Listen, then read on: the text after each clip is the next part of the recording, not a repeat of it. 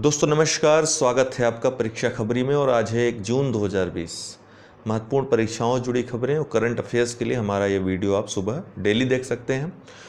दूसरी बात है दोस्तों कि परीक्षाओं से जुड़ी कुछ बातें आपके मन में चल रही होंगी, व्यथित कर रही होंगी आपको। और दो सबसे महत्वपूर्ण बातें हैं उसमें कि यूपी पीसीएस प्रीलिम्स 2020 का एग्ज़ाम क्या 21 जून को होगा, और दूसरा प्रश्न है क्या कल या इस हफ्ते 2018 रिजल्ट आएगा, तो अगर आएगा तो कब आएगा, पीसीएस 2018 का मेंस का रिजल्ट। इसके अलावा खंड शिक्षा अधिकारी आरओ 2016 और अन्य परीक्षाएं कब आयोजित होंगी, एपीओ भी शामिल है उसमें मेंस की। तो मैं आज दोपहर में आपको एक वीडियो बनाकर, चूँकि आयोग खुलेगा 10 बजे, 11 बजे 12 बजे तक मालूम हो जाएगी बातें कि क्या कुछ ऐसा है। उसके बाद मैं एक वीडियो ले आऊँगा आपको 12 बजे के बाद, आप लोग नोटिफिकेशन देख लीजिएगा। ग्रुप में मैं वीडियो शेयर कर दूँगा, आप लोग उसको देख करके जानकारी ले लीजिएगा। जो लोग फेसबुक ग्रुप में हैं, फेसबुक ग्रुप में शेयर हो जाएगा, ठीक है ना। तो चलिए करंट अफेयर्स देख लेते हैं फिर। 1 जून को विश्व दुग्ध दिवस मनाया जाता है। 1 जून को विश्व दुग्ध दिवस मनाया जाता है। दूध के महत्व को देखते हुए ये दिवस संयुक्त राष्ट्र खाद्य व कृषि संगठन FAO द्वारा 2001 से मनाया जाता है। हालांकि 2001 से पहले भी कई देशों के द्वारा 1 जून को विश्व दुग्ध दिवस के रूप में मनाया जाता था, लेकिन धीरे धीरे जब ये बढ़ने लगा, कई देश मनाने लगे विश्व दुग्ध दिवस को, तो अंततः संयुक्त राष्ट्र व खाद्य व कृषि संगठन ने भी इसको मनाने की घोषणा कर दी। तो 2001 से ये व्यापक रूप से मनाया जाता है विश्व दुग्ध दिवस।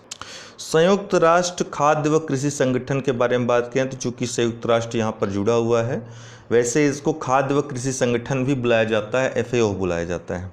इसका मुख्यालय है इटली के रोम में। इसकी स्थापना हुई थी 16 अक्टूबर 1945 को। ये 1951 में संयुक्त राष्ट्र संघ से जुड़ा, उसका विशिष्ट निकाय बना। इसके बाद वाशिंगटन से इसका जो मुख्यालय है वो रोम स्थानांतरित कर दिया। तो पहले जब इसका क्यूबेक में कनाडा में स्थापना हुई थी 16 अक्टूबर 1945 को, तब से इसका मुख्यालय वाशिंगटन में ही था। इसके अलावा हमने बताया आपको रोम में मुख्यालय है इसका, इटली के रोम में। तो ये कार्य क्या करता है, खाद्य, कृषि, वानिकी, कृषि के विपणन संबंधी कार्य, शोध, अध्ययन, इन सब के बारे में जानकारी, खाद्य सुरक्षा संबंधित जो जानकारियाँ हैं, महत्वपूर्ण कार्य हैं, विकासशील देशों में खाद्य सुरक्षा संबंधी कार्य, कृषि विकास से संबंधित, ये सभी इसके महत्वपूर्ण कार्य हैं, ठीक है, FAO के। अगली खबर है अमेरिका से, नासा की तरफ से। नासा के 2 वैज्ञानिकों को अमेरिका की निजी एरोस्पेस कंपनी SpaceX के रॉकेट फाल्कन 9 के द्वारा अंतरिक्ष में भेजा गया।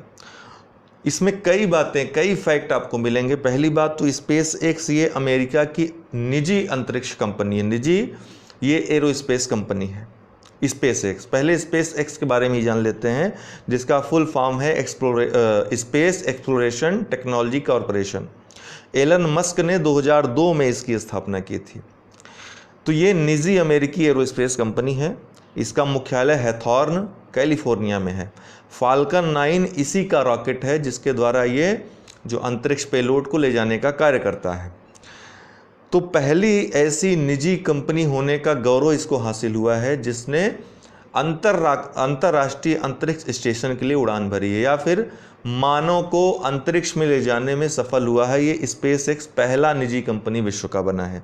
इसके पहले अमेरिका, रूस और चाइना, ये 3 देश ही ऐसा काम कर चुके हैं आज तक कि अंतरिक्ष की कक्षा में स्थापित कर चुके हों व्यक्तियों को, मतलब मानव को।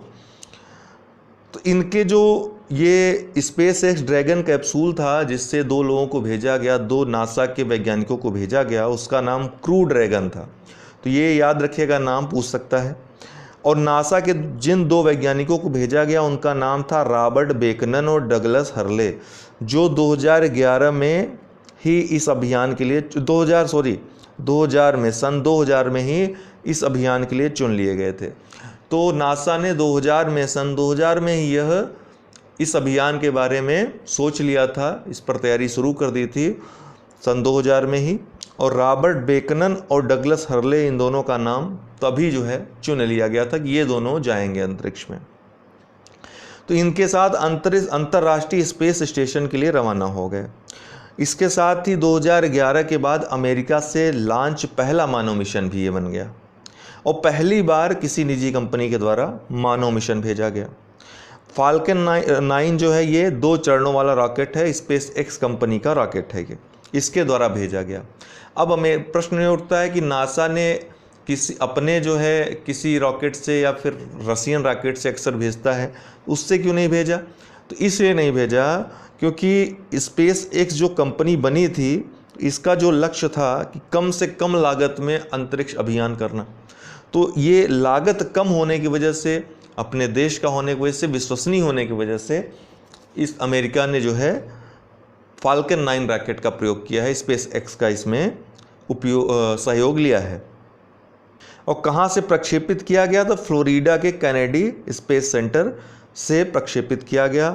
अगर हम अंतर्राष्ट्रीय अंतरिक्ष स्टेशन की बात करें तो अंतर्राष्ट्रीय अंतरिक्ष स्टेशन ये कई देशों का सम्मिलित प्रयास है, जिसमें नासा तो प्रमुख है ही, यूएसए का, इसके अलावा रूस, कनाडा, जापान और यूरोपियन यूनियन, इसके अलावा भी कई अन्य स्पेस कंपनियां विश्व की जो प्रमुख देश हैं वहाँ का इसमें जो है अंतर्राष्ट्रीय अंतरिक्ष स्टेशन में कुछ न कुछ उनका सहयोग है।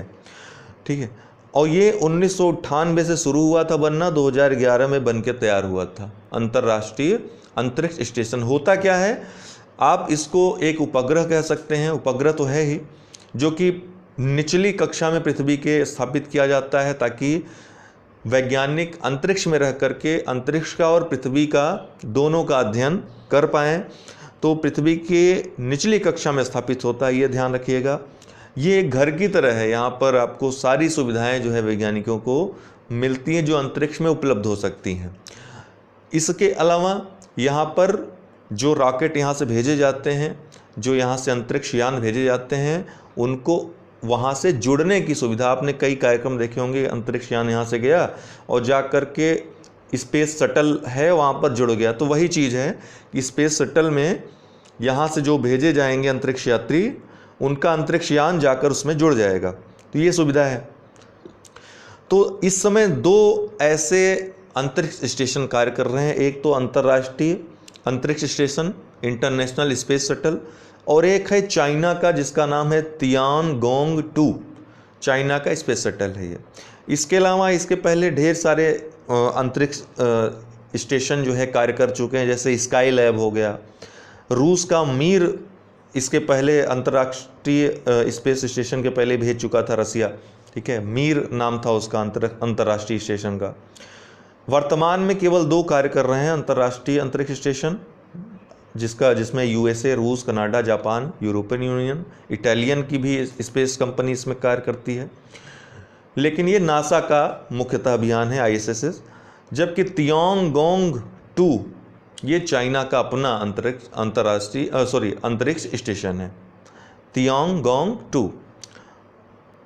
अगला जो शब्द चर्चा में आजकल है D10 समूह।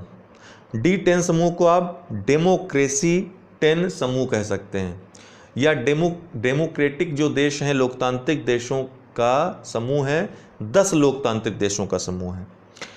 और 10 लोकतांत्रिक देश कौन कौन से हैं इसमें? G7 के 7 देश जो विकसित देश हैं, भारत, साउथ कोरिया और ऑस्ट्रेलिया, ये शामिल होंगे। दरअसल ये संकल्पना है, प्रस्ताव है, किसकी तरफ से? ब्रिटेन की तरफ से। क्या प्रस्ताव है कि 5G टेक्नोलॉजी पर जो चीन का इस समय एकस्व है, एकाधिकार है 5G टेक्नोलॉजी में, उसको समाप्त किया जाए। इसके लिए ये 10 देश जो लोकतांत्रिक देश हैं, बड़े लोकतांत्रिक देश हैं, साथ आएँ, साथ कार्य करें, ताकि चाइना जो 5G टेक्नोलॉजी में उसकी जो खासकर हुवेई जो कंपनी है, आपको पता है कि उसने एवरेस्ट तक 5G टेक्नोलॉजी को पहुंचा दिया है, 6500 मीटर लंबा जो है इतनी ऊंचाई तक अपना टावर खड़ा करके।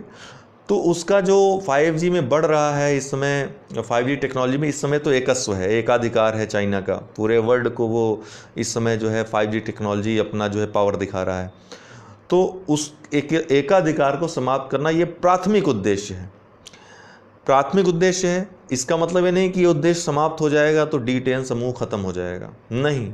इसके जो अन्य लक्ष्य हैं बाद में तय किए जाएंगे जब ये समूह का गठन होगा। इस समूह का अभी तो प्रस्ताव ही ये आया है, लेकिन प्रस्ताव में जो बात है कि 5G तकनीक पर चीन के एकाधिकार को समाप्त करना, ये प्राथमिक उद्देश्य में रहेगा। अन्य उद्देश्य जब अगर समूह का निर्माण हो जाएगा तब ये सामने आ गया, लेकिन समूह निर्मित हो जाएगा, इसमें कोई दो राय नहीं, क्योंकि G7 में भारत को भी बुलाया जाने वाला है, भारत भी जाएगा G7 के होने वाली बैठक में। और अगर आपने लर्निंग ऐप अभी तक डाउनलोड न किया हो, अनअकैडमी लर्निंग ऐप, तो इसको डाउनलोड इंस्टॉल कर लें। यहाँ पर कोई भी विषय, किसी भी एजुकेटर को आप सर्च करेंगे, कोई टॉपिक सर्च करेंगे, आपको मिल जाएगा, आप आराम से पढ़ाई कर सकते हैं। या फिर चाहें तो सब्सक्रिप्शन लेकर के पढ़ाई कर सकते हैं। सब्सक्रिप्शन आपको 1 मंथ से लेकर के 2 साल तक के उपलब्ध हैं, अर्थात 1 साल 1 महीने से लेकर आप 2 साल तक का एडमिशन ले सकते हैं। प्रशुल्क कुछ उसमें लगेगा, जो भी सब्सक्रिप्शन चार्जेस हैं देकर पढ़ सकते हैं।